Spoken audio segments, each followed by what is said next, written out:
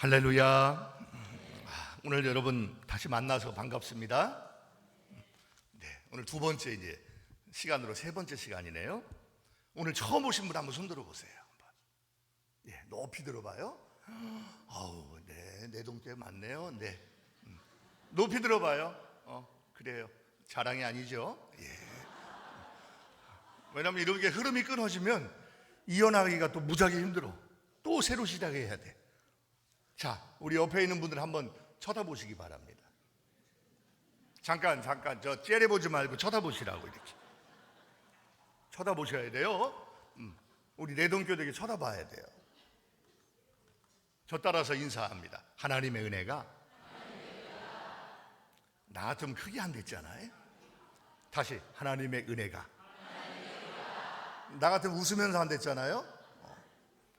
하나님의 은혜가 항상 언제나 어디서나 무얼 하든 당신과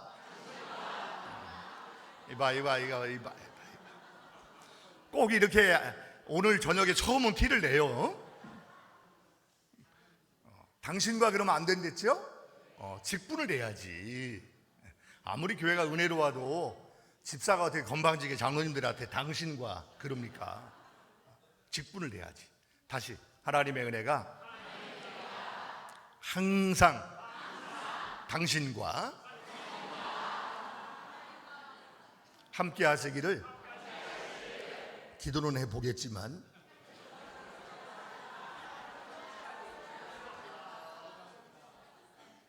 다시 한번 합니다. 옆 사람 이렇게 여러분 이게 무게 딱 잡고 있으면 안 돼요. 다시 한번 옆 사람 쳐다봐봐요. 자, 다 인사하셔야 돼요. 자, 하나님은 당신 같은 것조차도 해요. 여러분이 그게 잘났어? 나는 사실은 그보다 더 심한 모욕을 들어도 나는 괜찮아. 나는 왜? 하나님의 집에 와서는 괜찮아. 다시 하나님께서는 당신 같은 것조차도 사랑하시고 위하여 아들을 주셨습니다. 이것이 복음입니다. 할렐루야. 아니야. 왜 박수를 치고 그래? 목사님 혹시 마이크 있나요? 이렇게?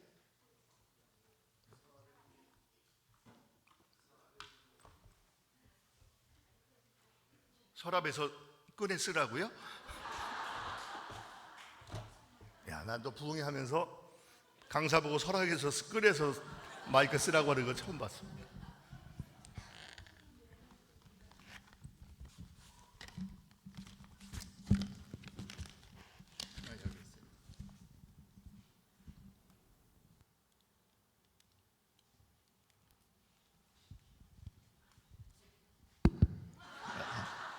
할렐루야.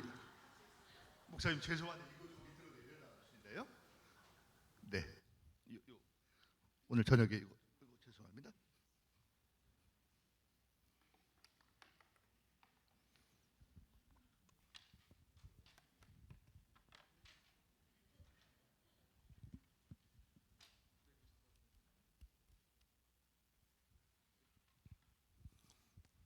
어젯밤 집회 참석했다가 너무 좋다고 오늘 저녁에 다시 나온다고 하길래 제가 매직 도구 하나 준다고 약속했던 어제 어린아이 있는데 어디 있나요? 한번 손 들어볼래요?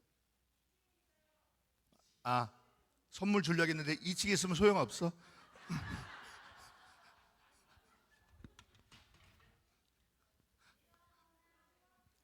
응? 자기들이 왜 내려오라고 그러고 여기는 희한한 교회야. 자기들이 내려오라고 자기들이 주라고 말하고 막 그리고 말이죠. 엄마예요? 저분이 엄마야? 할머니처럼 보이는데?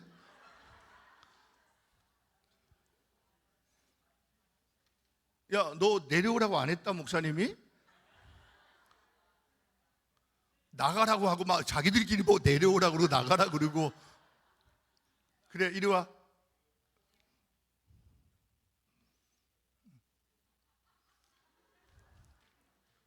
아, 너무 잘생겼어. 이름이 뭐니? 최가온이요. 최가온. 너도 나를 무시하는구나. 말투가 최가온? 가온이야 이름이? 네. 오, 야, 이런 이름 특이한 이름이에요. 이런 이름이 성격도 이상해. 자, 이거 선물이야. 알았지?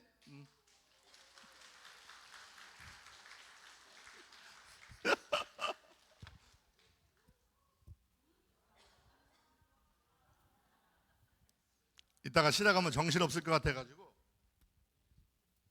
그냥 하나 하고 넘어가려고요 이렇게. 네, 아니 몸에서 뭐든지 나옵니다 이렇게. 아무거나 이렇게. 사실은 이쯤 되면요 목사님들이 막 매직 배우자고 막 그러거든요. 근데 여기는 그런 게 없네. 정말 너무 이상한 거 있죠. 너무 이렇게. 여러분 제가 이거 하면 이 북지방에 감리사님도 이거 합니다. 할 것 같아 안 할 것 같아요? 어? 백승규 이 감리사님도 얼굴에 장난기가 잘잘잘잘 흐르잖아 이렇게. 우리 한번 일어나 봐요. 아, 좀 잠깐 열로 나와 보세요 한번. 자, 네 잠깐만. 네, 원래 여러분 이게 부흥 집회는 말이죠 잔치하는 날이니까, 응? 설교 한 편 삼박하게 들기 위해서 오지 않았잖아. 자, 손 한번 들어봐요 목사님. 한번 받아볼래요? 자, 잠깐만. 자, 제가 던지면 하나, 둘, 셋.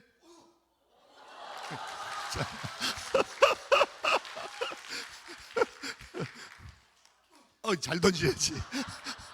다시. 사모님한테.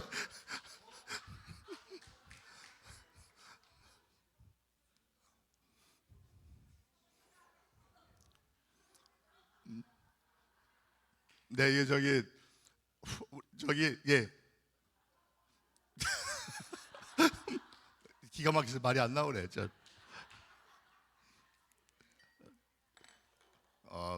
여러분 한 번만 다시 옆에 계신 분들 쳐다보시고 한번 쳐다봐. 이거 자꾸 해야 됩니다. 교회가 반드시 해야 됩니다. 자, 두 가지씩만 옆에 있는 분들 지금부터 칭찬 혹은 축복. 아니 나 보지 마. 옆 사람 보라니까. 옆에 계신 분들 보시고요. 두 가지만 칭찬이나 축복을 해주시기 바랍니다. 자, 준비 시작.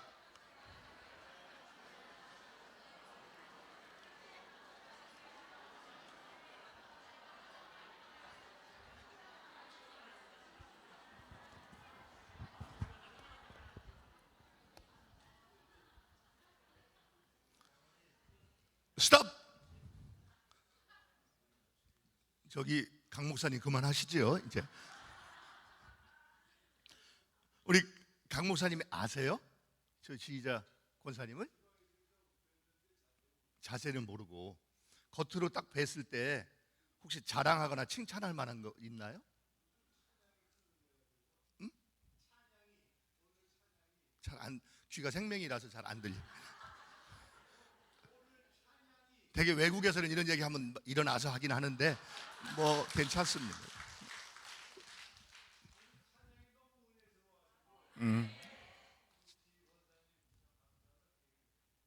찬양이 너무 은혜로웠고요. 네, 너무 은혜로웠죠. 지나치게 은혜로웠죠. 찬양이. 그래, 저기 백 목사님, 강수철 목사님 자랑 좀 두 가지만 한번 해보실 수 있어요? 또 하고 계속 해야 돼. 어제 했던 거 말고. 강 목사님은 화목하게 잘 만드세요. 피스메이커네요. 말씀이 우습다 그거죠? 재밌다 이거 우습다 그런 게 아닌가? 은혜롭고 재밌고.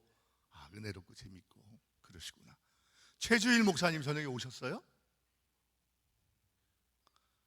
안 오시고 저기 우리 저 이광열 목사님 한번 네네 이 목사님이 거기 담임 목사님 천성환 목사님 자랑 좀 두 가지만 한번 해봐. 어? 안 들려. 안 어? 핸섬하시다.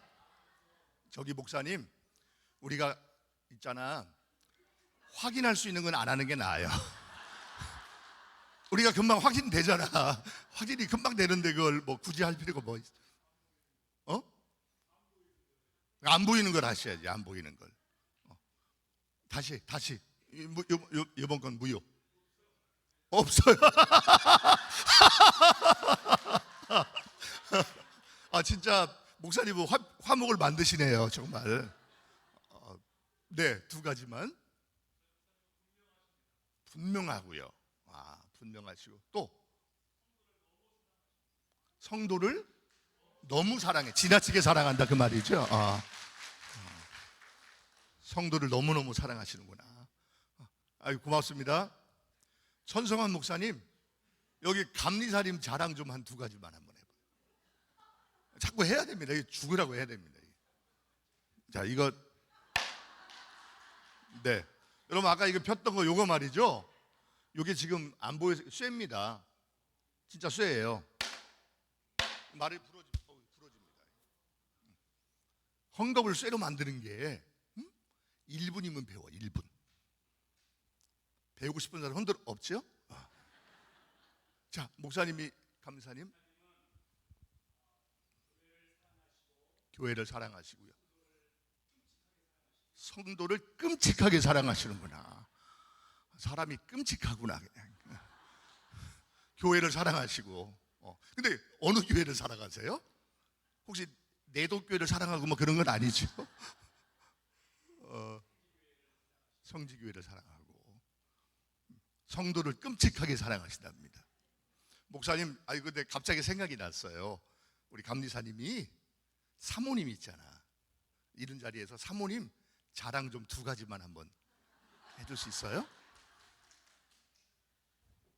마이크 들고 하셔도 돼요.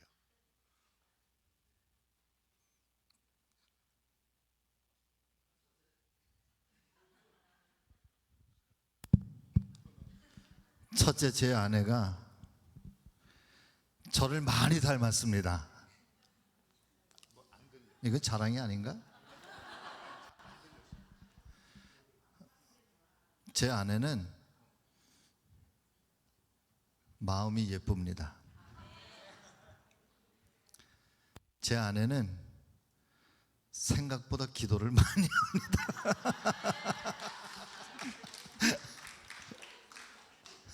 생각보다 기도를 많이 합니다. 생각보다 기도를 많이. 네. 지금 칭찬한 거죠? 칭찬한. 근데 사모님이 별로 안 좋아할 것 같은데? 마음이 이쁩니다. 여러분들 여자분들은요 마음이 이쁘다는 얘기를 좋아해? 얼굴이 이쁘다는 얘기를 좋아해? 응? 다시 두 개 취소하고 다시 한 번 해. 다시 한 번만 더 해봐요. 생각보다 기도를 많이 하시는구나 사모님이. 첫째, 제 아내는 이쁩니다. 세상에서 제일 이쁩니다.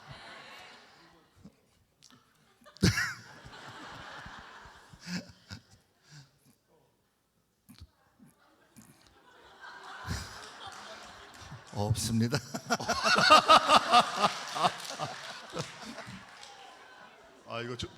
내가 이거 잘못했다 싶네. 제가 어느 교회 가서 남양주 지방에 수동교회라고 있습니다. 한 100년 된 교회인데요. 그 부흥회를 와달라고 그래 갔어요. 첫 시간에 이렇게 요런 자리가 있었습니다. 근데 내가 담임 목사님 보고 그 옆에 계신 분이 누구냐 그랬더니 장로님이래요. 그러시냐고. 장로님 그러면 두 가지만 좀 자랑해라. 그랬더니 그 목사님이 그러시더라고요. 우리 장로님은 우리 교회 역사의 산 증인이다. 교회가 굉장히 힘들고 어려웠을 때 눈물로 교회를 사수하고 버텨오신 분이다. 버팀목 같은 분이다. 이런 얘기를 이렇게 하시더라고요. 그래서 그런가 보다. 그리고 저는 이제 잊어버렸죠. 한 보름쯤 지났는데 거기 담임 목사님이 저한테 만났는데 그러는 거예요. 정 목사 참 고맙대요. 왜 그러냐 했더니 거기 장로님이 5분인데 4분은 그렇게 자기한테 잘한대요. 근데 그 한 분이 까칠하게 한대요. 가시 노릇을 했대. 왜 그러냐 했더니 전에 전임 목사님하고 아주 가까웠대. 이분이요. 교회 일을 혼자 다 한 거예요. 근데 새로 목사님이 오시니까 반대로 이분이 이제 소외당하고 다른 4분하고 친해진 거예요. 그래서 이 사람이 사실은 자기가 설 자리가 없었대요. 교회를 떠난다고 목사님한테 부흥집회 하기 전에 부흥집회 끝나고 떠나겠다고 얘기를 했다는 거예요. 그런데 부흥회 때 우연히 제가 이렇게 지적을 했는데, 그런데 많은 사람 앞에서 우리 장로님이 교회의 산 증인이고 그 어려운 시기에 동안 교회를 눈물로 잘 버텨오신 분이라고 하는 이야기를 전교인 앞에서 목사님이 인정하고 하는 얘기를 듣고 그 장로님이 감동을 받았다는 거예요. 그리고 그날 저녁에 사실은 자기를 찾아와서는 목사님 자기가 잘못했다고, 자기가 오해하고 있었다고, 저는 목사님이 자기를 거부하고 이렇게 멀리하는 줄 알았다고, 자기가 정말 잘못했다고, 그리고 회개를 하더랍니다. 그래서 그 목사님이 나중에는 감독 선거에 나가서 물론 떨어졌습니다만은 그 장로님이 제일 앞장서서 자기 호주머니 털어서 목사님을 돕고 했던 분이에요. 저는요, 여러분 이렇게 다른 사람을 높이고 칭찬하는 이 일이 저는 굉장히 중요한 일이라고 생각합니다. 이게 아무것도 아닌 것 같아도 사실은 굉장히 소중한 일을 하고 계신 거예요. 우리가 여러분 이 좋은 습관들 놓치지 않기를 간절히 바랍니다. 칭찬도 해본 사람이 하는 거잖아요. 아, 그래 안 그래? 우리 정말로 내동교회 여기 여러분들 중에서 내가 오늘 저녁에 꼭 우리 천성환 목사님 내가 이것만큼은 반드시 내가 좀 자랑해야겠다. 2가지. 누가 한번 손 들고 해봐요. 대단한 용기가 필요해. 그지? 서로 막 눈치 보고 막 마음으로 좀 쿵쿵거리잖아. 한번 해봐요. 왜냐하면 또 안 하면 굉장히 지금 막 후회할 거야. 이제 안 하면. 내가 이 소리 해야 되는데 저 옆에 내가 저 소리 해가지고 말도 안 되는 소리 하고. 그래, 일어나 봐요. 자기소개 하시고요. 전종희 권사님. 네.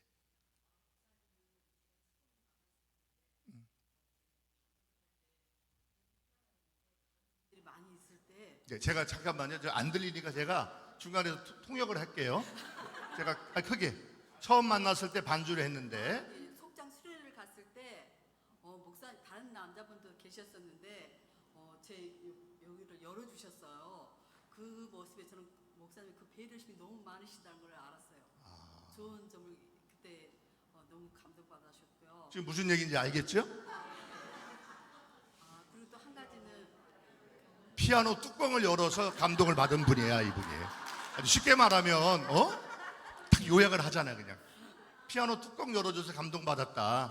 배려심. 그 배려 때문에. 네, 배려심 그리고 또 때문에. 한 가지는 우리 목사님은 이게 가정 사역을 하셔가지고 가정적이십니다. 가정 사역을 많이 하셔가지고 가정적이시다. 예비 학교를 하셔가지고 예비 학교를 하셔가지고 가정적이다. 목사님으로서는 점수를 주고 몇 점 정도? 아직 점수는 생각을 안 해봤습니다. 점수는 생각할 수 없어요. 네, 생각할 수. 그렇구나. 목사님이 피아노 뚜껑을 열어줘가지고 은혜 받은 한 권사의 간증이었습니다. 아니 그러면 가만히 있어봐. 지금 성지교회 어제 그랬지. 내동교회 그랬지. 한 분만 더. 우리 신광교회 교인 중에서 한 분만 더. 됐어요? 그 장로님 오늘 안 오신 것 같은데? 안 오셨죠? 그럼 어제 했던 건 무효입니다. 막 혼자 떠들어 놓고 집회 안 오면 다 무효야. 그 소용없습니다. 여러분 한 번만 더 옆에 사람 쳐다보시고 저 따라서 인사합니다. 하나님의 은혜가 항상 당신과 함께 하시기를 바랍니다.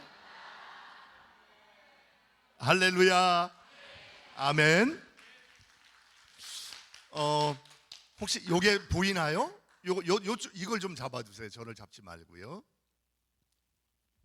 네. 자, 여러분 오늘 저는요, 제가 시를 쓰는 사람이거든요. 시를 오랫동안 써왔습니다. 근데 시는 참 재미난, 한 분으로 한번 제가 보여드릴게요. 시를 이렇게 씁니다. 네. 근데 요 시라고 하는 단어인데요, 이게 뭐예요? 말씀이란 뜻입니다. 그죠? 말씀언이라 그러죠. 말씀이라 그리고요. 요건 뭐라고 하죠? 절사라고 그럽니다. 절인데 우리가 그냥 절이라고 하지 않고 성전이라 그럽니다. 원래 성전사라 그럽니다. 근데 여러분, 말씀과 성전이 있다는 것은 뭘 말하죠? 이게 하나의 종교와도 같습니다. 한 종교가 되려면 어떤 종교를 만든 시조가 있습니다. 처음 만들었던 분이 계시고요. 이 말씀이 했던 말씀들이 있고, 이 말씀이 움직이고 활동했던 장소가 있습니다. 이게 종교를 이루는 아주 중요한 두 개의 축입니다. 그래서 사람들이 하는 말이 시인은 마지막 사제다, 이런 얘기를 합니다. 왜냐하면 시인 빼고 다른 사람들은 전부 다 뭘 쓰냐 그러면 가짜를 쓰거든요. 집가짜를 씁니다.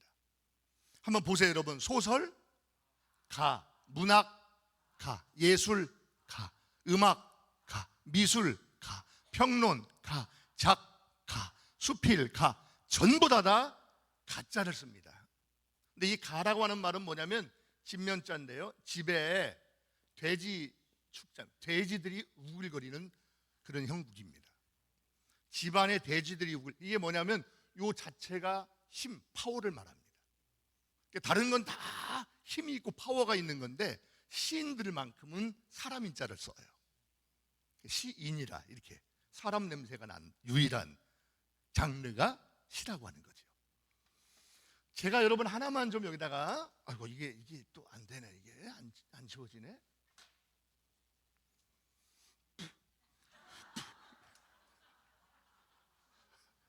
안 지워지네. 근데 되게 외국에서는 말이죠, 외국에서 이게 교양이 있는 교회 이런 데는 이렇게 쓰잖아요. 그러면 되게 그 제일 앞에 앉아 있는 담임 목사님이 나와서 되게 지워주고 그럽니다. 근데 여기는 뭐 괜찮아. 왜 거기서 나와요? 왜? 아니야, 괜찮다니까. 담임 목사님도 있는데 왜 거기서 나와요? 왜? 담임 목사님 있잖아. 자기 부인 자랑할 게 더 이상 없다고 하는 담임 목사가 있는데, 거기 담임 목사님이에요? 아니 여기 담임 목사, 여기. 이거 시험 드는데 진짜 이거.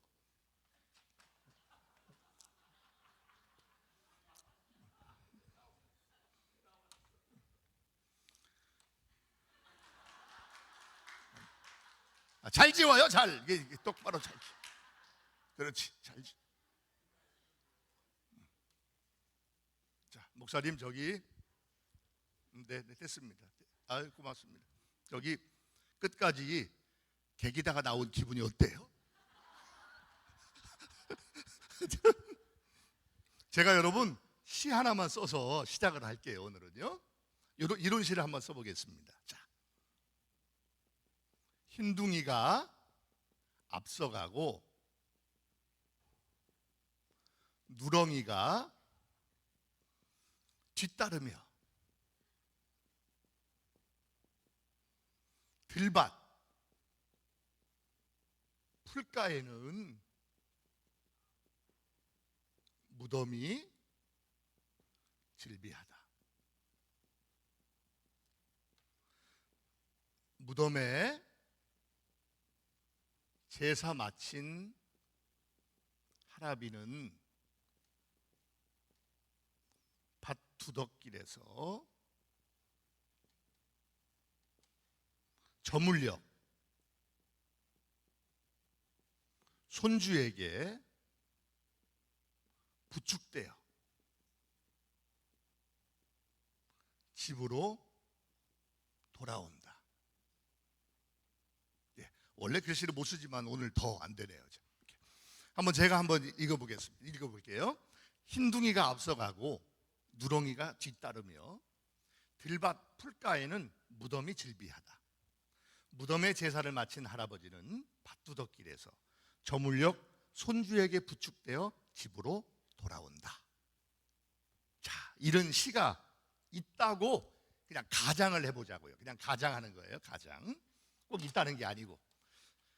자, 그런데 여러분 이 시를 읽으면서 느낀 느낌들이 있죠. 느낌. 예를 들어서 고즈넉하다, 또는 평화롭다, 안락하다, 혹은 불안하다, 외롭다, 느낌들이 있죠. 느낌은 다 달라요. 다 다릅니다. 다른 여러분 여기에 뭐 여러 가지 이야기를 품지 말고 직관적으로 느낌만 혹시 한번 얘기 한번 해줄 수 있어요? 어떻다 이렇게 다 처음 들었을 텐데. 자, 2번 읽었으니까 이제 그 정도 하고요. 네, 목사님. 예, 그 뭡니까? 이걸로 한번 지워보세요, 목사님이. 힘있게 한번 지워봐요. 정말 잘 지워지네. 잘 지워져. 고마워요. 저분이 저기 그 백지원 목사님. 백지를 지원하는구나, 저분이. 자, 여러분 한번 해보세요. 1번 느낌이 어떠신가요? 짠해요. 근데 그게 너무 애매해. 짠하다는 얘기는 구체적으로 어때요? 예를 들어 슬프다, 기쁘다, 형용사를 써봐요. 뭐라고? 슬픈. 자, 슬픈이라고 한번 써볼게요. 슬픈입니다. 2번째로 또 다른 분 한번 얘기해 보세요. 응? 안 들려. 안쓰러운. 네, 안쓰러운. 자꾸 글씨가 좀 죄송합니다. 3번째, 감사님 어떠신가요?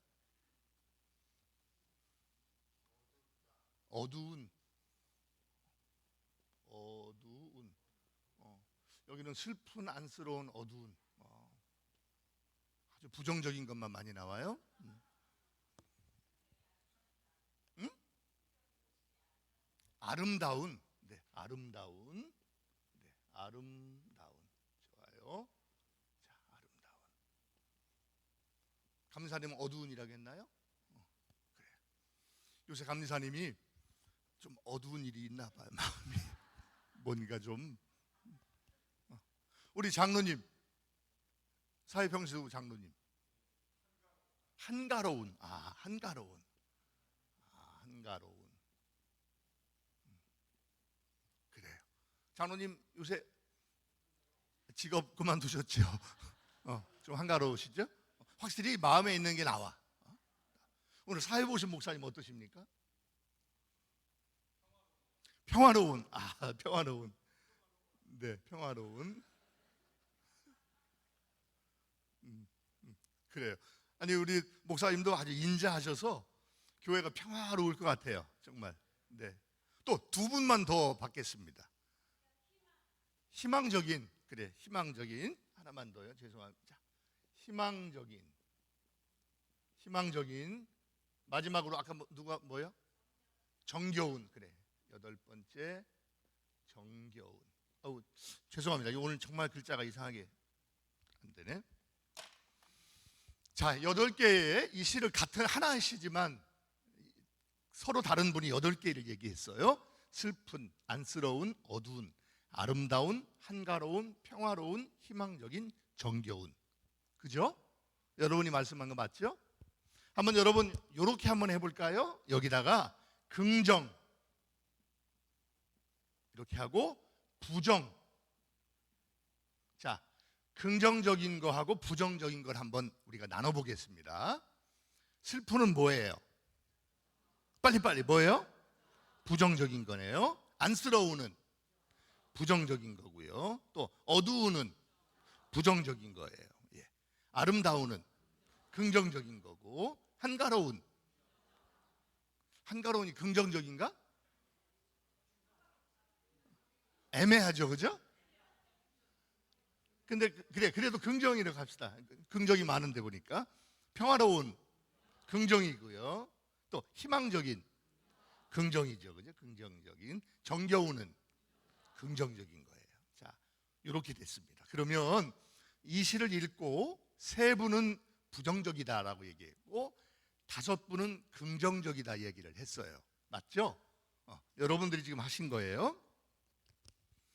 그런데 여러분 이 시를 다시 한 번만 제가 설명해 드릴게요. 자, 흰둥이가 앞서가고 누렁이가 뒤따르며 들밭 풀가에는 무덤이 즐비하다.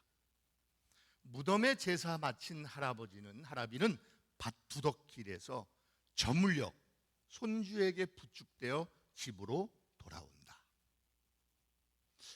이 시를 여러분 어린애가 쓴 시같이 유치해 보이는 시인데요, 이걸 한 번만 다시 좀 잠깐 깊이 들어가 보면 이 시는 굉장히 이상한 시입니다.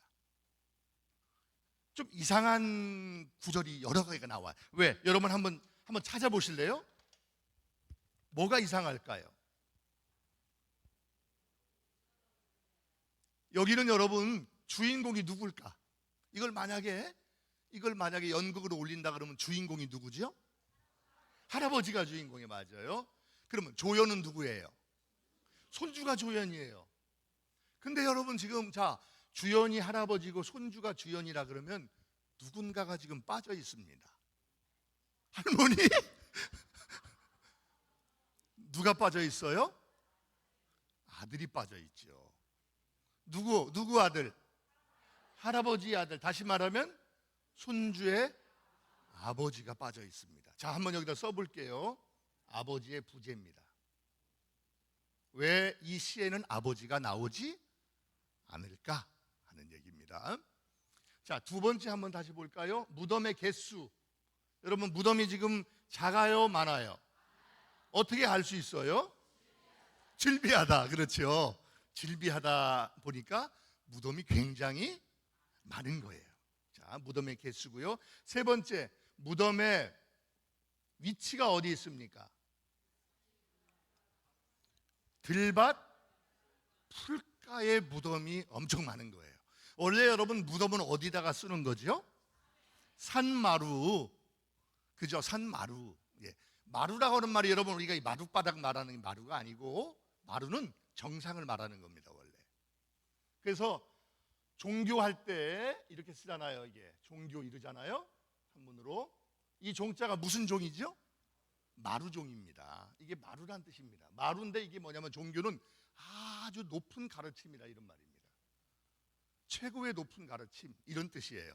마루란 말은 높은이란 뜻입니다. 혹은 최정상의 이런 말입니다.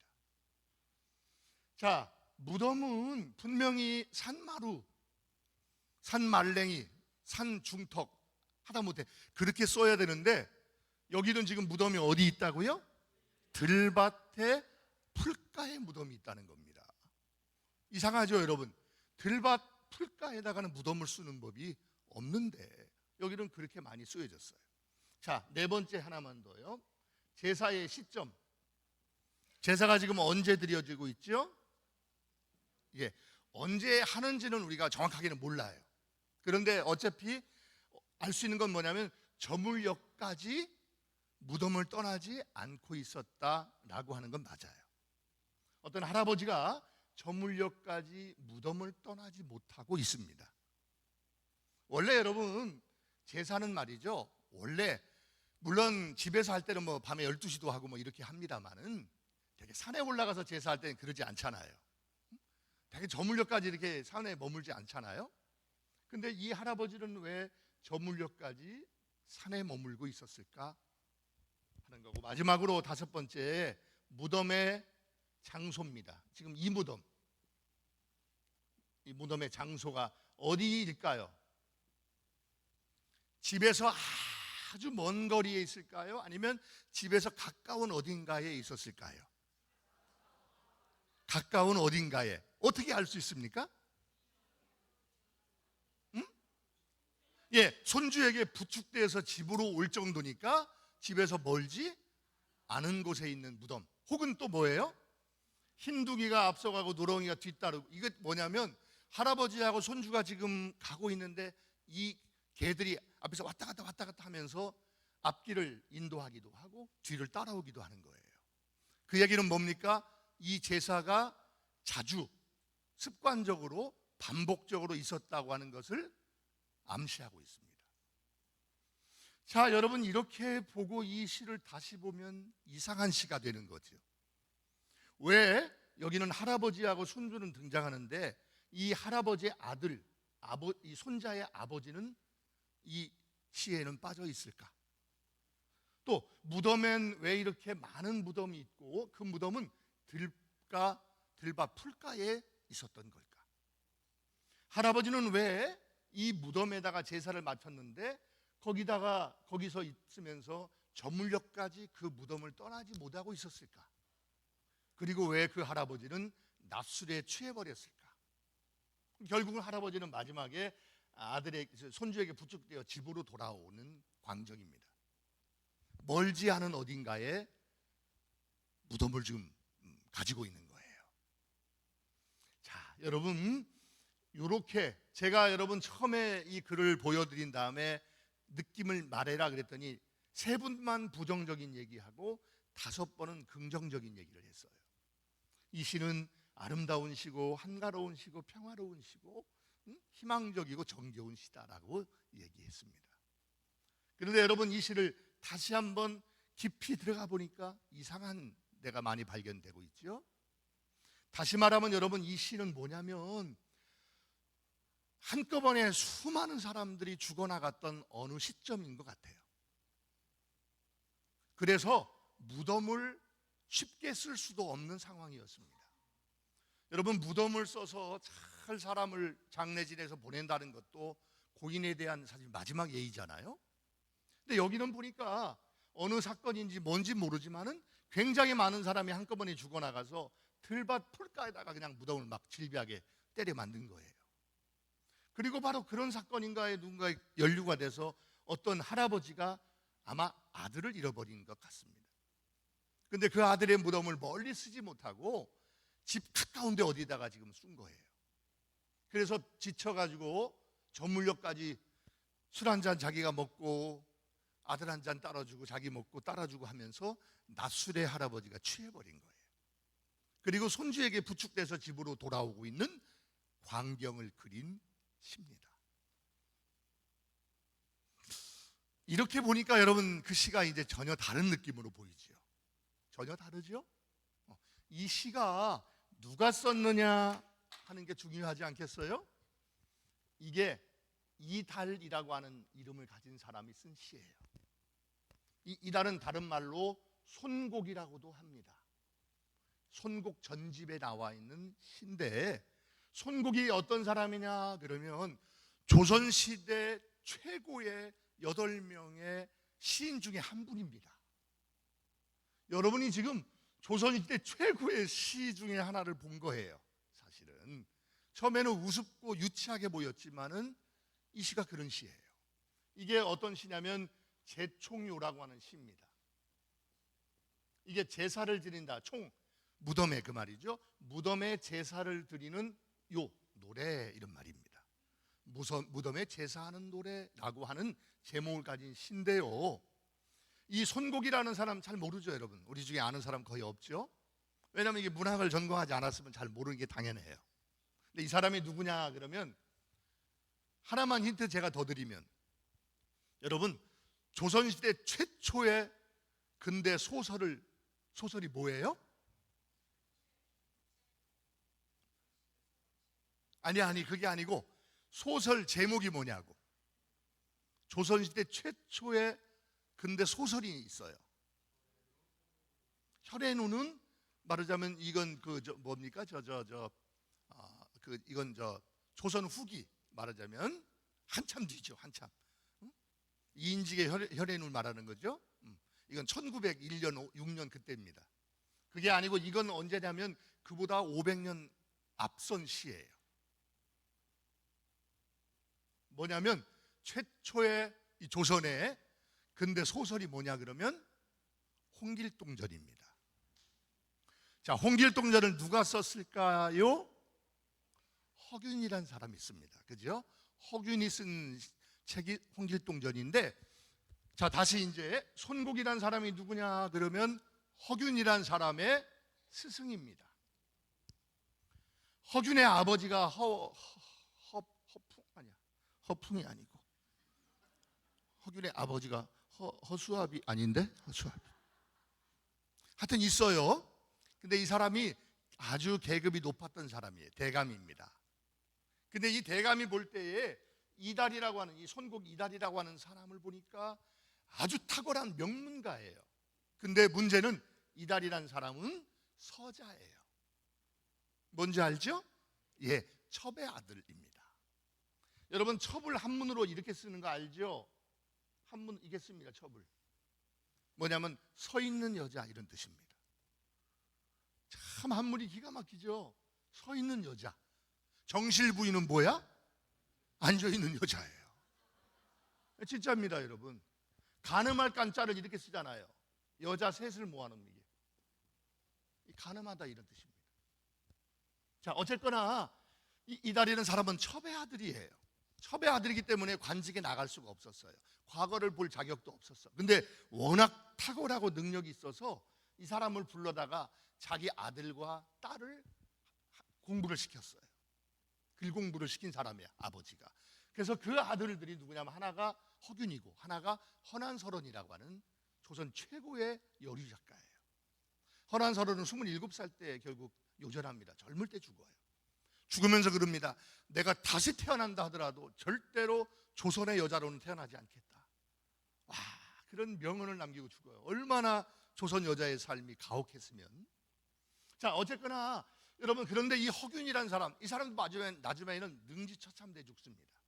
광해군에게, 정말 광해군이 신뢰했는데요, 워낙 상소가 많이 들어가서 광해군을 배반하고 역도를 품었다, 역심을 품었다 그래가지고 능지처참돼 죽어요. 온몸이 다 찢겨가지고 죽습니다. 근데 이 허균이라는 사람이 말하기를 조선시대 최고의, 말하자면 그 글쟁이, 최고의 작가를 꼽아라 그러면 당연히 나는 손국을 꼽겠다, 이렇게 얘기했던 사람이 손국이에요. 여러분, 이 시가 어떤 시냐 그러면요, 이건 바로 손국이란 사람은 임진왜란을 경험했던 사람입니다. 그리고 이 시는 임진왜란 직후에 쓰여진 시예요. 그래서 이 시를, 이것만 딱 시를 써놓고 이 시의 주제가 뭐냐? 간단합니다. 주제는 뭐냐면 전쟁의 참상과 인생의 무상. 근데 여러분 봐봐요. 어디에 이게 전쟁이란 말이 어디 들어가요? 죽음, 사망, 피 어디 들어가? 하나도 없죠. 근데 이 시의 주제가 뭐냐면 전쟁의 참상과 인생의 무상, 이게 주제인 거예요.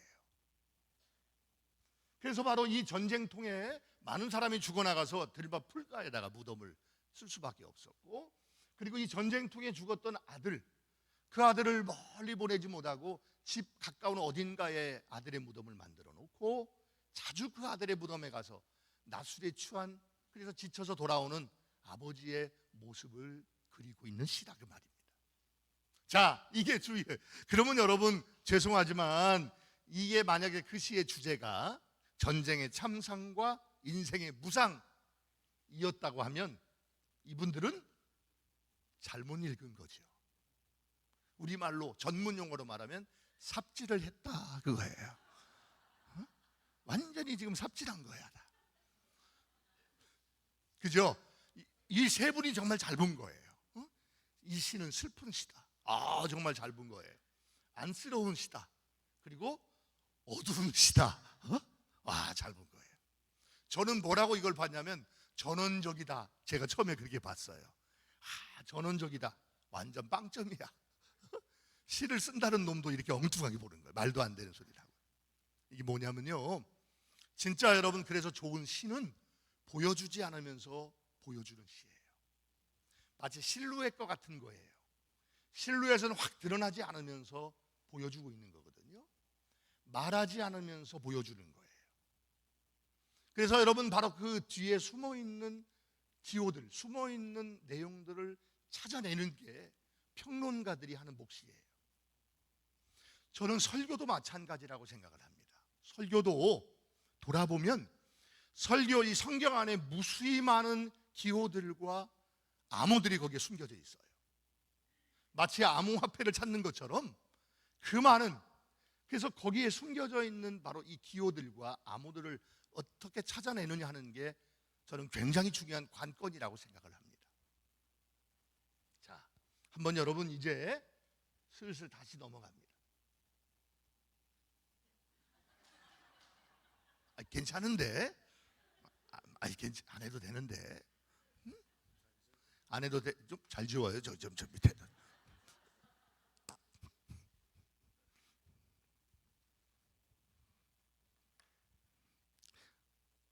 예수님께서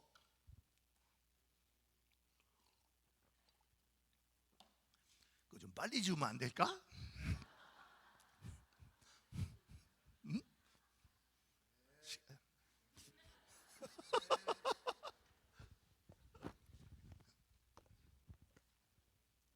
아유, 이렇게 감리사님, 지방에 제일 어른 아니야. 감리사님 나오면 지우면 여러분들은 딱 폼 잡고 앉아가지고 그렇지.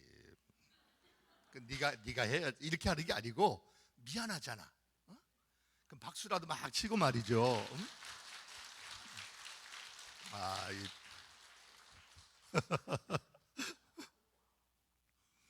예수님께서 제자들과 함께 사마리아라고 하는 지방을 지나고 계셨는데 그때 수가성이라고 하는 한 성에 들르십니다.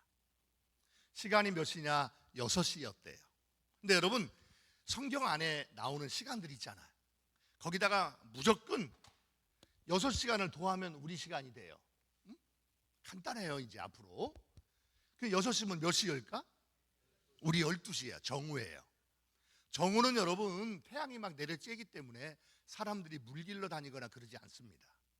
지금도요 동남아 같은 데 가면 한낮에는 일하지 않아요. 안 돌아다닙니다. 너무 뜨거우니까. 자, 그런데 예수님이, 제자들은 이제 음식을 구하러 마을로 들어가셨고 예수님이 수가성에서 한 지금 이 우물터에서 앉아 계셨습니다. 그런데 한 여인이 거기를 물을 길러 옵니다. 물을 길러 와서 이 여인이 두레박을 내리고 물을 길는데 그러다가 주님하고 대화가 시작이 됩니다. 근데 여러분 아까 이걸 찾는 것처럼 한번 찾아보시면 참 재미가 있어요. 성경이 딱딱하지 않습니다. 엄청나게 재미있거든요, 사실은. 그러니까 예수님하고 이 여인하고 대화가 시작이 된 거예요. 자, 어떤 대화냐? 한번 말씀 한번 띄울 수 있을까요? 네. 왜 내 모습이 나올까? 자, 한번 5절 한번 볼까요? 5절. 사마리아에 있는 수가라는 동네, 야곱이 그 아들 요셉에게 준 땅에 가깝고 6절이요. 야곱의 우물이 있었다. 예수님이 길 가시다가 피곤해서 우물 곁에 그대로 앉으시니 때가 6시쯤 되었다. 자, 7절. 사마리아 여자 한 사람이 물 길러 왔는데 예수님이 물을 좀 달라고 하시니까 8절. 9절이요. 자, 같이 한번 읽어보세요. 시작. 사마리아 여자가 이르되 당신은 유대인으로서 어찌하여 사마리아 여자인 나에게 물을 달라 하나이까 하니 이는 유대인이 사마리아인과 상종하지 아니함이러라. 아멘. 예수님이 먼저 말을 거십니다. 물을 좀 다오. 그랬더니 펄쩍 뛰는 거죠 지금. 아니 당신은 유대인인데 사마리아 여자인 나에게 물 달라고요? 그러는 거예요. 자, 여러분 재미난 건 지금 예수님한테 여자가 했던 첫 번째 호칭이 뭐예요? 호칭이 뭐야? 호칭이? 어디 갔어요? 당신은 유대인인데 이렇게 하는 거예요. 당신이다. 자, 10절 빨리요. 또 넘어가세요. 예수님 말씀합니다. 네가 만일 하나님의 선물 또 네게 물 좀 달라 하는 이가 누구인 줄 알았더라면 네가 그에게 구하였을 것이요 그가 생수를 너한테 주었을 것이다. 그러니까 여자가 달라집니다. 11절이요. 여자가 이르되 주여 물기를 그릇도 없고 이 우물은 깊은데 어디서 당신이 그 생수를 얻겠습니까? 지금 예수님하고 계속 대화가 지금 일어나고 있어요. 자, 12절.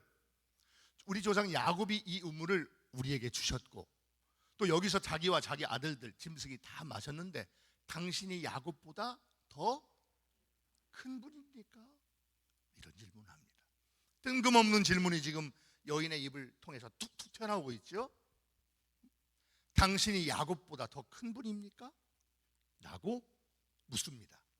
자, 거기에 대해서 예수님이 직접 대답하지 않으세요. 13절에요. 예수님이 내가 크다 뭐 이런 얘기 하지 않으시고 뭐라고 하냐, 대답하여 이러시되 이 물을 마시는 자마다 다시 목마른데. 14절, 내가 주는 물을 마시는 자는 영원히 목마르지 아니하리니 내가 주는 물은 그 속에서 영생하도록 솟아나는 샘물이 될 거다. 여기서 여러분 중요한 건 지금 내가 주는 물, 내가 주는 물 계속 반복이 되고 있습니다. 잘 보세요.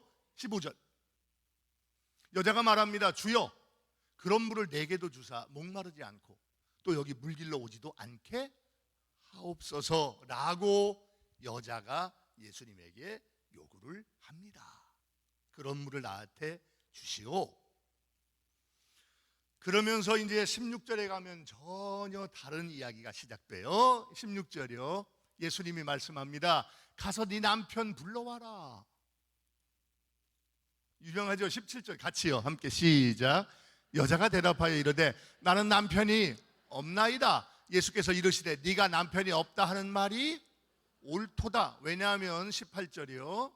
너에게 남편 5이 있었고 지금 있는 놈도 네 남편이 아니니 네 말이 참되다 라고 얘기해요. 여기까지 얘기를 합니다.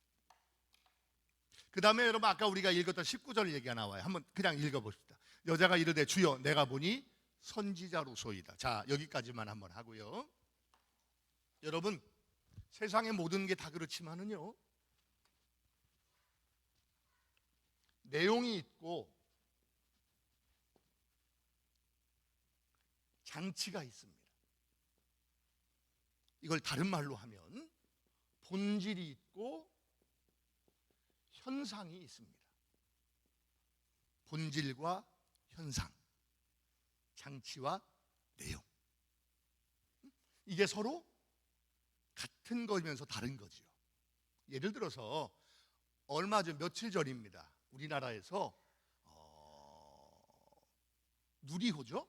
누리호를 3차 실험을 해서 이제 허공에 쌓아 올렸습니다. 대지에. 자, 대기권에 쌓아 올려서 8개의 그 안에 큐빅 위성들을 탑재한 순수 우리가 만들었던 위성으로 쏘아 올려서 6개는 잘 안착이 됐고 2개가 지금 교신이 아직 안 되고 있습니다. 그래도 아마 그 우주국에서는 성공이라고 얘기를 했더라고요. 근데 여러분 보면 이렇게 있죠. 지금 이렇게. 자, 이렇게 있고 태극기가 있고 이렇게 있는데 이게 이제 우주선입니다. 근데 여러분 진짜 이 우주선에 정말 필요한 위성은 얼마 안 돼요. 몇 개, 여기는 얼마 안 돼요. 나머지는 뭐냐, 다 이게 발사체라고 하는 거예요. 뭐라고요? 발사체입니다. 이게 위성은 이거밖에 안 돼요. 위성입니다. 근데 여러분 이게 발사체를 뭐라고 하냐, 일종의 이건 장치고요. 위성을 내용이라 그래요. 중요하죠, 발사체가. 왜? 발사체가 있어야만 이걸 쏘아 올리니까. 그런데 이건 쏘아 올리는 게 목적이 아니잖아요. 올려놓고 위성을 통해서 다른 일을 하는 게 목적이잖아요. 그러니까 발사체는 올릴 때까지만 필요했던 거예요. 무슨 얘기인지 알겠죠? 올려놓은 다음에는 발사체는 소용이 없어지는 거, 위성만 필요했던 거예요. 위성, 발사체를 다른 말로 현상이라고 그러면 위성은 본질이라 그런 거예요. 발사체를 장치라고 한다면 위성은 내용이라고 하는 거예요. 만약 여러분 다시 한번 볼까요? 1909년도 10월 26일 날 만주의 하얼빈이라는 곳에서 조선 청년 하나가 기다리고 있다가 차가 기차역에서 멈췄습니다. 이또 히로부미라고 하는 이동 방문이 거기를 시찰하려고 내렸어요. 청년이 앞으로 튀어나가면서 호주머니에 있던 권총을 꺼내가지고 가슴에다가 격발을 했습니다. 정확하게 가슴에 3방이 명중이 됐어요. 그리고는 청년이 자기 품에 있던 이 태극기를 꺼내가지고 들으면서 꼬레아 우라, 꼬레아 우라, 이게 에스페란토인가 뭐 그런다고 합니다. 독립만세, 독립만세 이걸 외쳤어요. 그리고 이제 러시아 순경 경찰에 잡혀가지고 있다가 일본 경찰로 인계가 됩니다. 근데 이 청년이 그런 말을 합니다. 자기가 이등박문을 죽인 것은 사사로운 분노나 감정 때문이 아니고 내가 민족의 이름으로 민족의 원흉을 처단한 것이다 라고 얘기를 했어. 그러면서 자기가 독립군 중장 안중근 이렇게 얘기를 했어요. 안중근의 이야기죠. 자, 여러분, 안중근이 썼던 그때 권총이 말이죠, 브라우닝제인데 M1900입니다. 그 당시에는 아주 테러리스트들이 갖고 다녔던 유명한 권총이라고 그래요. 체코제인데 체코에서 만든 권총입니다. 근데 이거 가지고 이등박문을 죽였단 말이죠. 그러니까 이 권총이 굉장히 중요해요. 사실이죠. 근데 여러분, 아무리 중요해도 권총이 중요해요? 권총을 사용한 안중근이 중요해요? 안중근이 중요한 거죠. 왜? 안중근은 본질이고 권총은 현상이니까. 안중근은 내용이고 본질은 장치라고요. 근데 만약에 KBS에서 3.1절 특집을 하면서 안중근 얘기를 다룬다 그러면서 안중근 얘기는 잠깐 한 2분 하고 만약에 권총 얘기를 한 40분 했다고 생각을 해봐. 권총은 어떻게 만들어졌고 어디서 구입을 했고 그 당시 돈이 얼마가 들었고 안중근이 구입한 권총은 어느 경로를 통해서 그 소리에 들어왔고 사정거리는 얼마고 만약에 이런 얘기를 하다가 그 시간이 다 지나갔다 그러면 여러분 기분이 어떨까요? 더러운 거지 아주. 왜? 이건 현상이기 때문이에요. 자, 제가 CBS TV를 요새는 잘 안 봅니다. 이제 볼 게 없는데 예전에 참 잘 봤거든요. CBS TV가 나오길래 이제 봤는데 유명한 성공회대 어느 교수가 나왔어요. 김아무개 유명한 교수입니다. 뭐 이름 하면 알 거예요. 근데 그 교수가 나와서 지금 읽은 요한복음 4장의 이 말씀을 본문으로 설교를 하시더라고요. 교수면서 목사님인데. 그래서 제가 너무 좋아하는 구절이니까 제가 잽싸게 앉았어요. 연습지 하나를 갖다 놓고 볼펜을 갖다 놓고 늘 하던 대로 앉아서 이제 받아 적을 준비를 하고 있었습니다. 그랬더니 그 교수님이 요 이야기를 지금 설교를 하는 거예요. 수가성 여인을 만났는데 여인에게는 남편이 5명이 있었다. 그러면서 이제 첫째 남편이 권력이라고 하는 남편이다. 둘째 남편은 돈의 힘, 금력이라는 남편이었다. 셋째 남편은 지식이라고 하는 지력이라는 남편, 뭐 이러면서 이제 남편 얘기를 쭉 풀어나가더라고요. 그래서 저는 앉아가지고 설마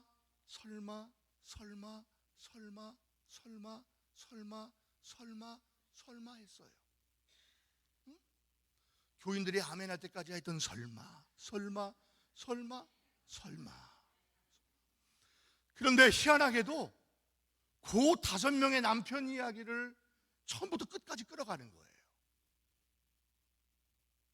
정말 설마 했는데 그걸로 끝이 나버렸어. 그러면서 우리가 의지할 분은 예수밖에 없다고. 마지막 얘기는 많지만 전체 얘기가 황당한 이야기로 끝나. 내가 너무 화가 나가지고 그 앉아 받아 확 집어 던졌어.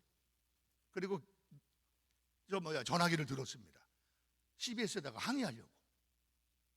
전화기를 들었다가 이러면 안 되지 놨다가 이러면 안 돼. 들었다가 이러면 놨다가 제가 여러 번 그걸 들었다 놨다 하다가 결국은 전화를 못하고 말았어요. 왜냐하면 여러분 여기서 나오는 요한복음 4장에 나오는 이 이야기, 남편에 관한 이야기는 장치에 불과한 거예요. 이건 이 이야기의 큰 흐름들을 끌어가기 위해서 도입해 놓은 장치에 불과해요. 물론 여러분 장치가 나쁘다는 건 아니에요. 의미 없다는 건 아니에요. 다만 여러분 이 M1900이라는 권총이 중요하긴 하지만 이 권총이 안중근보다 중요할 수는 없다는 거예요. 만약에 3.1운동의 특집에 관해서 다루면 안중근은 어떤 삶을 살았나, 아버지가 누구였고 어머니가 누구였고 종교는 무엇이었고 누구한테 어떤 영향을 받았고 어떤 생각을 품었고 그때 그가 썼던 일기는 뭐고 뭐 이런 얘기를 풀어가야 되는 거 아닙니까? 권총 얘기하다가 끝나버리면 정말 화가 나는 거죠. 이건 직무유기한 거예요. 설교를 그분이 직무유기한 거라고. 엉뚱한 자기 얘기를 하다가 끝나버리고 막. 여러분 물론 재밌게 하고 즐겁게 하고 사람들에게 잘 심겨지게 하려고 마음도 열고 유머도 하고 영상도 보고 뭐 별거 다 하지만 목적이 틀려지면 안 되잖아요. 근데 여기는 굉장히 틀린 목적을 가지고 있었대요. 여러분 5명의 남편이 중요한 얘기가 아닙니다. 만약에 5명의 남편이 중요했으면 이야기 마지막까지 그 남편 얘기가 나왔어야 되거든요. 근데 아니에요. 중간에 잠깐 나오다가 사라져버려요. 샘물도 중요하죠, 그죠?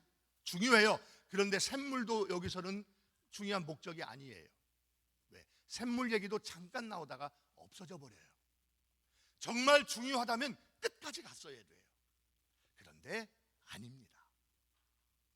예수님하고 여인하고 샘물 얘기를 계속 나누죠. 내가 주는 물을 마시는 자는 영원히 목마르지 않을 것이다. 그 물 나게 주어서 다시는 여기 물길로 오지 않게 해주십시오. 주님 말씀하죠. 가서 네 남편 불러와라. 여러분 왜 주님이 남편 불러오라고 했을까요? 내가 지금 물을 많이 줄 테니까 혼자 못 들으니까 남편 데리고 와서 같이 들고 나가야 돼. 그런 뜻 아니잖아요. 이건 여러분 지금 무슨 얘기냐면 내가 누구냐라는 걸 확인시키려고 끌어들인 장치인 거예요. 남편 불러와라. 남편 없습니다.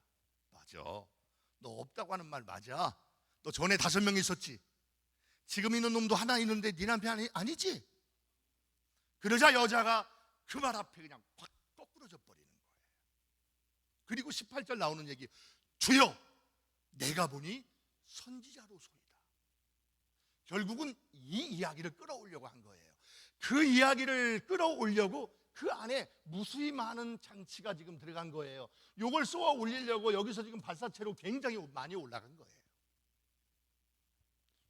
내가 보니 선지자로소이다. 선지자군요. 그게 끝이 아니에요. 여러분 선지자군요라고 예수님을 선지자라고 인정을 일단 한 다음에 그 뒤에 질문이 나옵니다. 여자의 질문이 나와요. 근데 사실은 이건 여자의 질문이 아니고 여자의 입을 통한 요한복음, 요한의 질문입니다. 참 중요하겠지요. 엉뚱하게 나온 질문이 사실 진짜입니다. 그게 19절에 지금 등장을 합니다. 한번 읽어보세요. 19절 한번 띄워줄래요? 자, 준비. 예. 자, 내가 보니 선지자입니다. 20절이요. 시작. 우리 조상들은 이 산에서 예배했는데 당신들의 말은 예배할 곳이 예루살렘에 있다 하더이다. 아멘. 여러분 이 질문 뒤에 지금 뭐 하나가 생략됐죠? 무슨 말이 생략됐을까? 한번 보세요. 우리 조상들은 이 산에서 예배했는데, 그죠? 사마리아에서. 당신들의 말은, 유대인들은 예배할 곳이 예루살렘에 있다 하더이다. 어느 곳이 맞소? 라고 하는 질문이에요. 다시 말하면 어느 곳에서 예배해야 맞는 거요? 라고 하는 질문이에요. 이게 수백 년 동안 예루살렘과 유대를 지배했던 질문입니다. 그 질문을 요한이 여인의 입을 통해서 하고 있는 거예요. 여인이 처음 예수님을 만나자마자, 예수님을 처음 만났는데, 주님 우리가 어디서 예배해야 됩니까? 이 물어보면 여러분 그게 제정신이야? 그 이사도라지, 이사도라. 24시간 또라이지. 그게 생각해보라고. 내용과 장치를 놓치면 안 된다. 예배에 관한 얘기를 지금 질문하고 있는 거예요. 정말 중요한 얘기를 예수님이 지금 대답하게끔 만드는 거예요. 우리 조상들은 이 산에서, 사마리아에서 예배했는데 당신들의 말은 예배할 때가 예루살렘에 있다고 합니다. 어디서 예배해야 맞소? 라고 하는 질문을 합니다. 자, 한번 여러분 다시 20절 다시 한번 띄워줄래요? 죄송한데. 예배하는데 당신들의 말은 예배할? 여기 한번, 자, 예배할 어디가요? 예배할 곳이 예루살렘에 있다고 합니다. 어디가 맞는 겁니까? 라고 하는, 이게 굉장히 궁금했던 것 같아요. 요한도 궁금하고 그 당시 이스라엘과 사마리아 사람 전체가 다 무지하게 궁금했던 내용이야. 정말 어디서 우리가 예배해야 되느냐. 자, 그런데 예루살렘이요? 근데 예수님이 대답을 한번 보야죠. 그죠? 이게 제일 중요하죠. 자, 준비하시고요. 시작. 예수께서 이르시되 여자야 내 말을 믿어라. 이거 굉장히 중요한 얘기야. 그래서 내 말 믿어야 돼. 그 다음에요, 이 산에서도 말고 예루살렘에서도 말고 너희가 아버지께 예배할 뭐가 이른다? 여인은 뭘 물어봤는데? 곳을 물어봤어. 곳은 다른 말로 하면 스페이스입니다. 이러면 공간입니다. 장소지요. 근데 예수님은 뭐라고 대답했다고요? 때라고 대답했어요. 때는 다른 말로 뭐라죠? 시간입니다. 여인은 공간을 물어봤는데 예수님은 시간으로 대답을 하고 계세요, 지금. 근데 이게 얼마나 중요한 대답이냐면, 자, 한 번만 더 넘겨보실래요? 22절. 너희는 알지 못하는 걸 예배하고 우리는 아는 걸 예배하노니 구원이 유대인에게서 납니다. 자, 23절이요. 시작. 아버지께 참되게 예배하는 자들은 영과 진리로 예배할 뭐가 오나니? 때가 오나니 곧. 여러분, 얼마나 중요하면 이 말이 계속해서 반복됩니다. 지금 예배할 때가 오나니 곧 이때다. 그 다음에 뭐라고요? 아버지께서는 자기에게 이렇게 예배하는 자들을 찾으시느니라. 여러분, 성경에 보면요, 사람이 하나님을 찾는다는 구절은 많이 있어요. 너희가 나를 찾고 찾으면 나를 만나리라. 너희가 나를 찾는 사람은 나를 만나주겠다. 이런 말씀 많이 하는데, 하나님이 인간을 찾는다는 구절은 성경 전체에 여기밖에 없습니다. 하나님이 어떤 사람을 찾고 계시느냐? 봉사하는 사람? 아니라는 거예요. 기도하는 사람? 죄송하지만 아니라는 거예요. 헌신하는 사람? 아니래요. 예수님은, 하나님은 누구 찾는다고요? 예배하는 사람을 찾고 계시다는 겁니다. 여러분, 하나님이 찾고 계신 사람이 소중하니까 찾는 거 아니겠어요? 가장 귀중하니까 찾는 거 아니겠어요? 우리가 전도한다는 게 여러분 우리 생의 목적이 됐잖아. 교회 부흥이 목적이 됐잖아. 근데 부흥 위해서 뭐 하게? 여기서 뭐 하게 해요? 전도해서 여러분 이 안에 갇혀놓고 뭐 하게? 정치 얘기할까? 아니죠. 여러분, 그 많은 사람 전도하면, 그런 사람들을 우리가 부흥시키면 뭐 해야 될까요? 여기는 예배하는 곳이에요. 우리의 최고의 가치는 뭐냐? 교회의 존재 가치의 최고의 가치가 뭐냐? 예배하는 거예요. 어떤 것도 이것하고는 양보하면 안 돼요. 어떤 정부에도 절대로 양보하면 안 돼요. 이거 분명합니다. 이거만큼은 절대 양보할 수 없는 가치예요. 하나님은 이렇게 자기에게 예배하는 사람들 찾고 계신다. 그리고 그 유명한 얘기가 24절 나옵니다. 자, 다시 한번요. 시작. 하나님은 영이시니 예배하는 자가 영과 진리로 예배해다. 하나님은 영이시니까 예배하는 사람은 영과 진리로 예배. 이렇게 예수님이 예배에 관한 얘기를 한 거예요. 사실은 여러분, 요한복음 4장의 전체 내용이 뭐냐? 딱 한마디입니다. 예배예요. 남편 얘기가 아닙니다. 샘물 얘기가 아닙니다. 이 얘기들은 다 예배에 관한 얘기를 끌어오려고 하는 장치에 불과했어요. 근데 거기에다가 여러분 50분을 다 써버리면 그건 직무유기한 거예요. 큰 잘못한 거죠. 자, 사람들은 곳에 관심합니다. 공간이라고 하는 건 뭐야? 곳은 눈에 보이는 거예요. 터치, 손으로 만질 수 있는 거예요. 터처블한 겁니다. 다시 말하면 이건 뭐냐? 가시적인 거예요. 가시적입니다. 볼 수 있고 만질 수 있고 접촉할 수 있어요. 그런데 때라고 하는 건 뭘까? 이건요, 불가시적인 거예요. 만질 수 없고 볼 수 없고. 여러분, 다른 종교는요 다 이 버무리 안에 들어와 있어요. 불교라고 하는 것도 그렇습니다. 원래 불교도 여러분 부처님의 4대 성지가 있습니다. 룸비니부터 시작해가지고 그래서 부처님이 탄생하신 곳, 득도하신 곳, 첫 설법하신 곳, 마지막 열반에 입적하신 곳, 이 4대 성지라고 만들어놨어요. 이슬람이라는 것도 여러분 여기에 머무는 종교죠. 이슬람은 메카라고 하는 곳이 있어요. 메카, 마호메트가 첫 설법을 했던 곳입니다. 마호메트가 승천했다고 알려진 예루살렘이란, 그래서 이 이슬람도 예루살렘을 이슬람도 그 성지로 여깁니다. 그래서 반드시 무슬림들은 죽기 전에 꼭 5대 말하자면 그 임무를 해야 되는데 그 중에 하나가 성지순례를 하는 거예요. 반드시 메카를 사우디아라비아를 갔다 와야 됩니다. 이게 중요한 종교예요. 사람들은 여기에 자꾸 관심하는 거지요. 우리 조상들은 사마리아에서 했는데 당신들의 말은 주구장창하였던 예루살렘에 예배할 곳이 있다고 합니다. 어디서 예배해야, 어느 곳에서 예배해야 됩니까? 라고 묻고 있는 거죠. 그런 사람들을 예수님은 때로 바꿔버렸어요. 예배할 때가 오나니 곧 이때라. 하나님은 이렇게 자기에게 예배하는 사람 찾으신다. 하나 제가 여러분에게 좀 한번 여쭤볼까요? 특히 여자분들에게 여러분, 아니 한번 제가 꼭 묻고 싶어서 그런데 한 달에 150만 원 월급 갖다 주는 남편이 있어. 근데 아주 가정적이야. 가정사역을 많이 해서 그런지 모르지만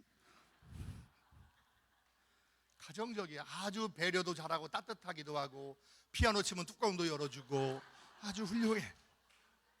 자, 그런 남자가 있다고 합시다. 첫 번째. 두 번째 남자가 있어. 이 남자는 한 달에 1,500만 원을 갖다 줘.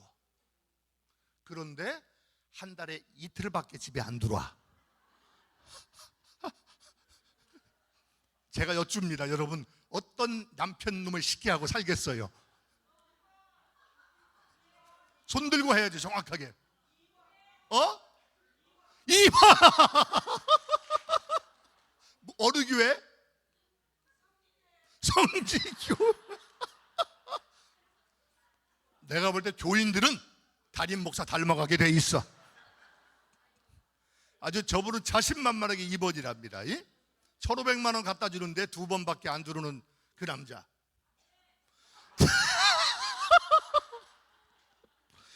주여, 저 도대체 저것들을 어떻게 하면 좋겠사옵니까? 솔직히 말해봐. 솔직히 우리 여기 권사님? 권사님은 몇 번? 2번. 야, 여기 부천 살벌하네, 진짜. 우리 여기 실례지만 솔직히 1번 사모님인가? 권사님 어느 교회예요? 뭐야, 성지교회 뭐야? 성지교회 권사님인데 1번이야? 150만 원만 갖다 줘도 따뜻하고 뚜껑 열어주는 게 좋아?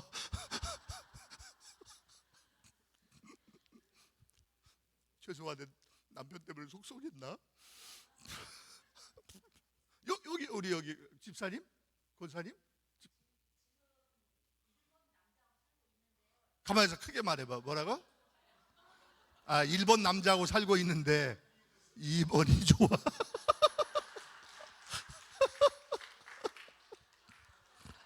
아이고 주여. 실례지만 남편 여기 와 있어요? 아우 다행. 남편이 없어서 자신만만하게 말씀하는구나. 궁금하네. 저기 감리사님 사모님 거기 몇 번이에요? 여기는? 1번.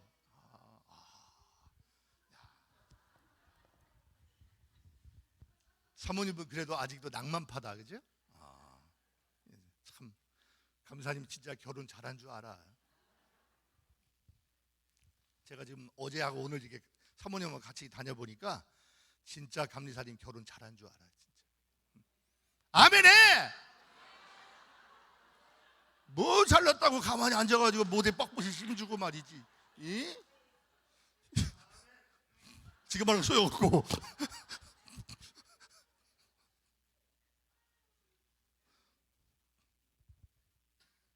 여러분 150만 원 갖다 주고 아주 잘해주고 따뜻하고 뭐래? 뭐 안 들려. 뭐라고 하는지. 그런 사람은 못 때린 사람이구나. 그러면 이분은 골 때리는 사람이네. 확실히 제가 이게 여쭤본 말이죠. 50대 이후는 다 2번이야. 응? 그리고 30대, 40대는 거의 1번이야.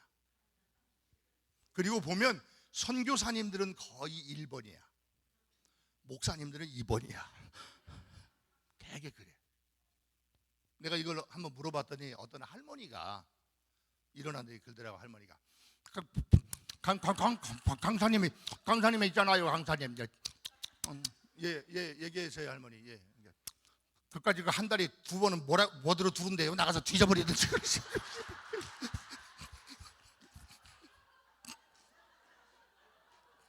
오케이.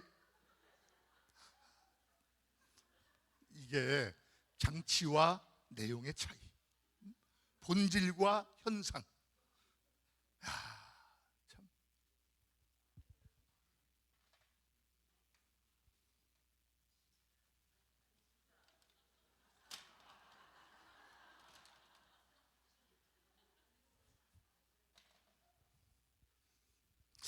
여러분, 예배라고 하는 단어는요, 한문으로, 죄송합니다, 한문 자주 써서 죄송한데,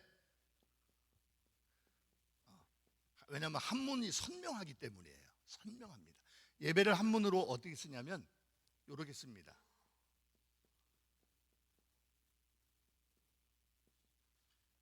예, 배, 이렇게 씁니다. 한문으로 이렇게 쓰거든요. 이 예배란 말이 뭐냐면 이게 하나님이란 뜻입니다. 볼시자인데요. 사실은 여러분, 이 볼시자가 이게 어디 시작이냐면 칠흑하지 어두운 밤에 갑자기 이렇게 낙뢰가 번쩍한 다음에 구구구금 하고 천둥이 치잖아요. 그때 중국의 고대인들이 그게 하나님이 자기를 잠깐 보여주는 거라고 생각한 거예요. 그래서 원래 이 볼시자가 원래는 이 낙뢰가 때리는 이 여기서 발전한 글자가 이 글자입니다. 이렇게. 그래서 이걸 첫 번째는 볼시라고도 하고 자기가 본다. 두 번째는 보여줄 시라고도 합니다. 자기가 보여준다는 뜻이에요. 첫째는 자기가 보고 있는 거고 둘째는 자기가 보여주는 거예요. 이게 하나님. 그래서 이 글자는 다 하나님이라는 말하고 다 통해 있습니다. 아무거나 써보세요, 여러분. 한번 기도할 때도요. 기자도 마찬가지입니다. 하나님에게 손을 모으는 거예요. 기도할 기자고 도자도 마찬가지죠. 이렇게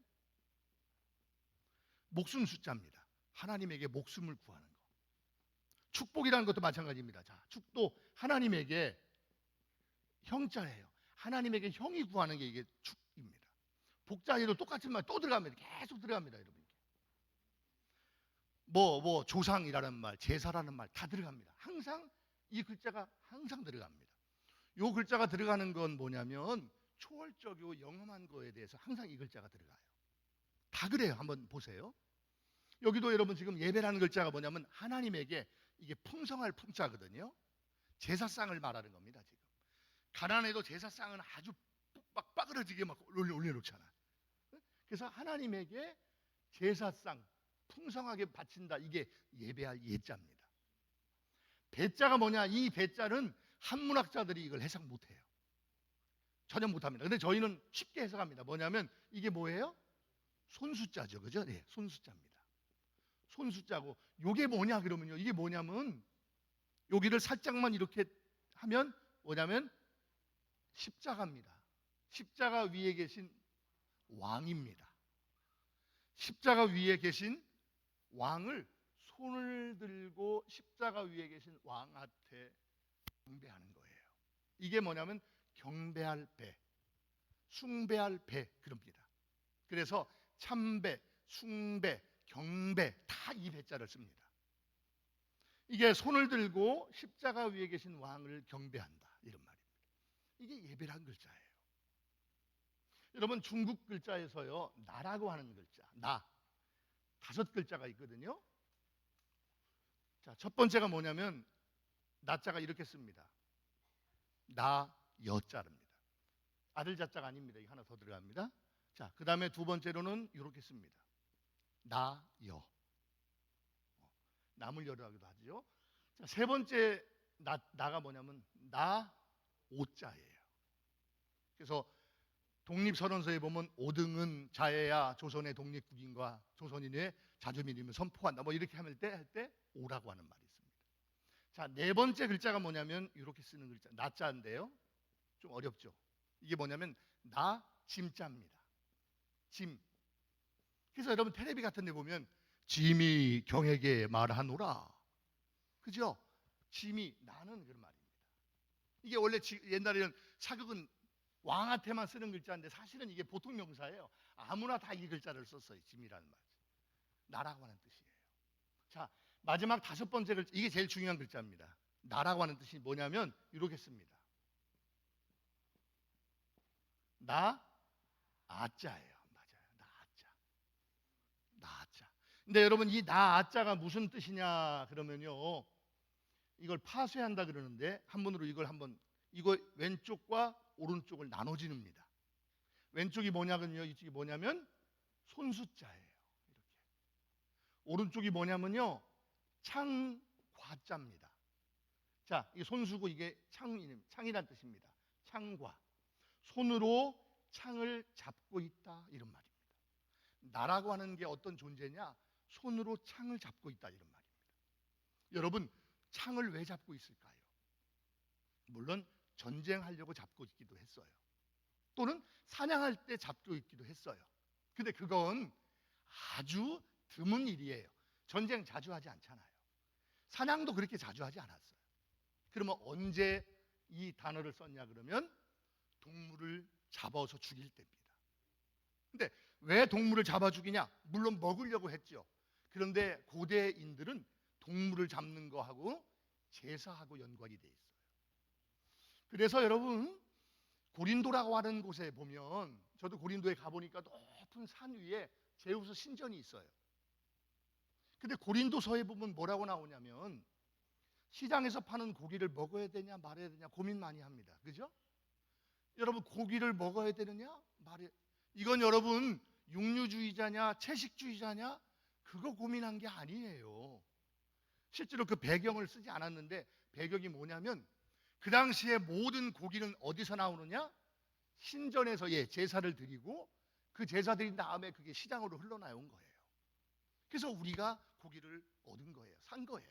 다시 말하면 내가 먹는 지금 이 고기는 모든 고기가 다 일단 이방 신한테 제사를 드리고 나왔던 고기예요. 이 고기를 먹어야 되느냐? 이방인한테 말해. 그 고민을 하고 있었던 그 문제가 고린도전서에 나오는 거예요.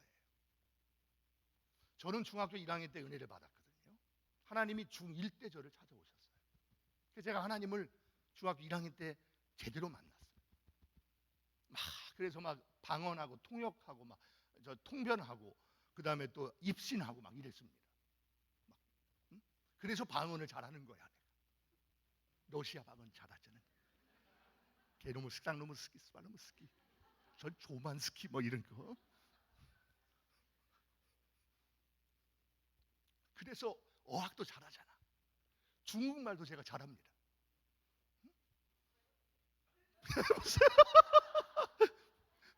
내가 남양 지방의 교역자들을 중국에 북경에 갔을 때 한 40명 갔는데 거기 북경에 뭐 무슨 한의원 같은 데 들리거든요. 여행 갈 때. 내가 혼자 통역 다 했어. 사람들이 정 목사님 정말 중국어 유창해야 한다고. 나 다 놀래 자빠졌어. 근데 문제가 하나 있어. 하나 작은 건데 뭐냐면 아무도 내 말을 못 알아들어. 그리고 뭐 조금 문제가 하나가 더 있는데 그 사람들이 하는 말도 나도 못 알아들어. 근데 대화를 하는 거야 우리가 앉아서. 하일라일라 공속 싸우지 하면 민소. 하일라일라 닝소. 공속 싸우지 하면 니 싸울래? 니 줄래?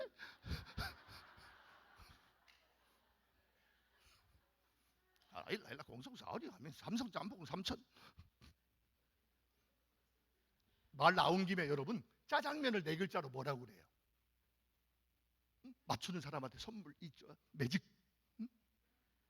매직도 짜장면을 네 글자로 뭐라고 그래? 네 글자. 짜파게 손 들고 와야지. 짜파게티 틀렸습니다. 짜파게티. 손 들고 와야지. 손 들고. 틀렸다니까. 여러분 짜장면을 네 글자로 뭐라고 하냐면 제일 싼 거? 중국말은 사성이 있어요. 제일 싼 거? 이렇게 올려요. 우동은 네 글자로 뭐라고 그래요? 같이 싼 거? 이렇게. 짬뽕을 네 글자로 뭐라고 그래? 그렇지. 좀 비싼 거? 이렇게. 탕수육을 네 글자로 뭐라고 그래? 제일 비싼 거. 확실히 부천은 촌이라서 탕수육이 제일 비싼 데 사는 사람들이야. 탕수육은 중간 계층이지 제일 비싼 게 아니야. 탕수육이 제일 싼 거예요 또? 저 집은 굉장히 부잣집이야. 탕수육은 탕슈. 화장실을 네 글자로 뭐라고 하는 줄 알죠? 워터산디야. 어떤 여행객이 중국 갔는데 다방에 들어갔대요. 배가 고팠대. 다방 아가씨가 와서 물어보잖아. 이제 엘라 공성 뭐 처먹을래? 물어봤어. 우유 못 알아들어. 밀크 우유 아무리 해도 못 알아들어. 근데 한마디 하니까 쎄. 그러더니 중국 그 아가씨가 가더니 우유를 딱 갖고 들이해요. 뭐라고 이 여행객이 말했을까? 응? 그게 엄마 쭈쭈. 무슨 교회지요? 역시 성지교회. 다림자를 닮아 있는 성지교회.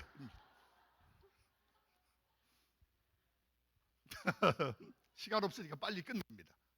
그렇게 엄마 쭈쭈 그러지 않고 한마디 딱 보면서 그랬대. 잊었죠?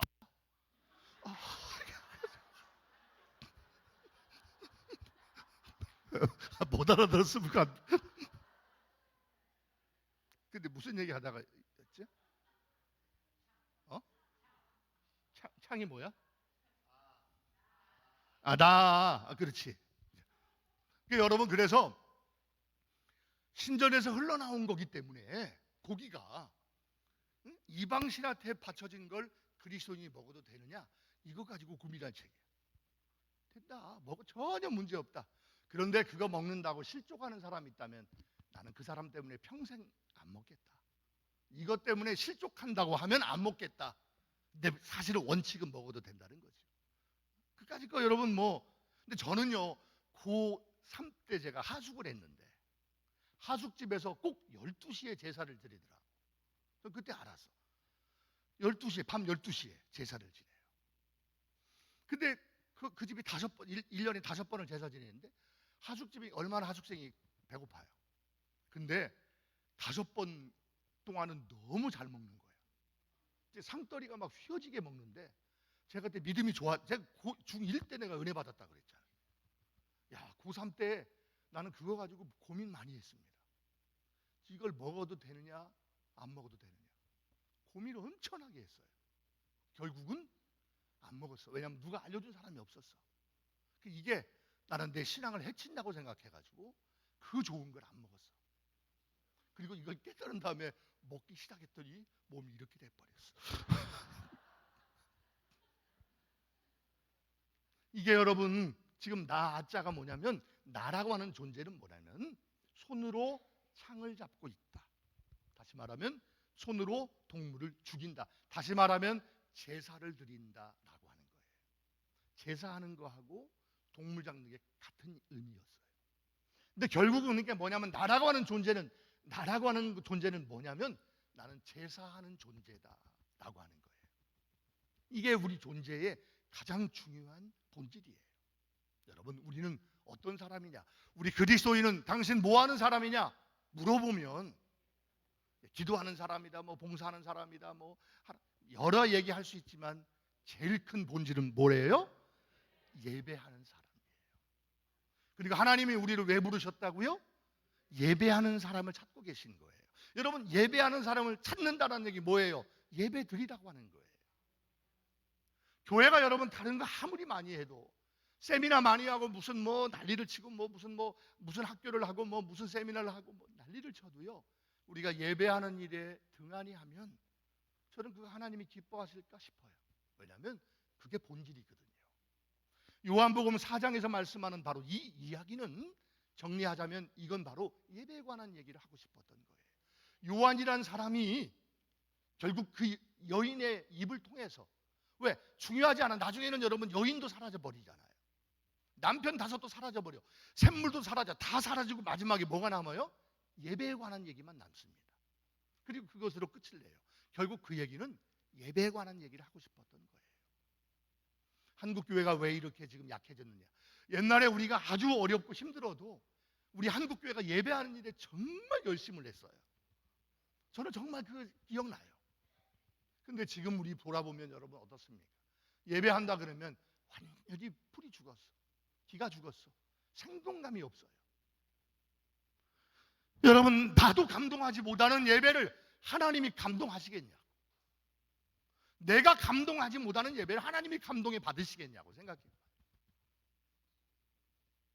설교가 좀 시원찮아도, 찬양대 오늘 너무 잘했지만 찬양대의 찬양이 좀 시원찮아도, 예배당이 좀 시원치 않아도, 여러 가지가 좀 부족한다 할지라도 우리 한 명 한 명이 하나님 앞에 살아있는 예배 드리려고 최선을 다하고 몸부림하면 하나님 그 예배 기뻐하실 줄로 믿습니다. 다시 돌아가셔야 돼요. 예배하는 교회로 돌아가셔야 될 줄로 믿습니다. 할렐루야. 하나님이 오늘 찾고 계신 여러분, 예배하는 우리가 될 수 있기를 주님 이름으로 축원합니다. 자, 마지막에 영상 하나 보고 마치지요. 응?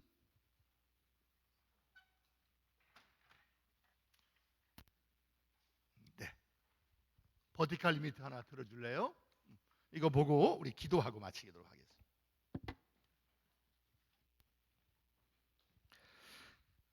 오늘 제사 처음 시간이었는데요. 하나님은 제사하는 사람을 찾고 계신다. 내일은 우리가 그럼 누구에게 제사하는가 하는 그런 문제, 여러분과 함께 말씀을 좀 나누기를 원합니다. 우리 기도하고 마치도록 하죠. 하나님 참 고맙습니다. 이 밤에도 이렇게 착한 교인들과 어리석고 무능한 종이 말씀 전하고 나누었는데 잘 소화할 수 있도록 저희를 도와 주시옵소서. 그리고 우리가 교회로 돌아가서 예배가 많은 사람이든 적든, 화려하고 굉장한 예배 모습이든 아니면 초라하고 부족한 모습이든, 어느 곳이든 예배는 하나님이 받으신다는 걸 잊지 않고 최선을 다해서 예배하는 우리가 되게 하여 주옵소서. 예배에 성공하게 하여 주셔서 우리 신앙생활이 성공하고, 그러므로 우리의 믿음 생활이 성공하고 우리의 인생도 성공하게 하여 주시옵소서. 예수님 이름으로 기도합니다. 아멘.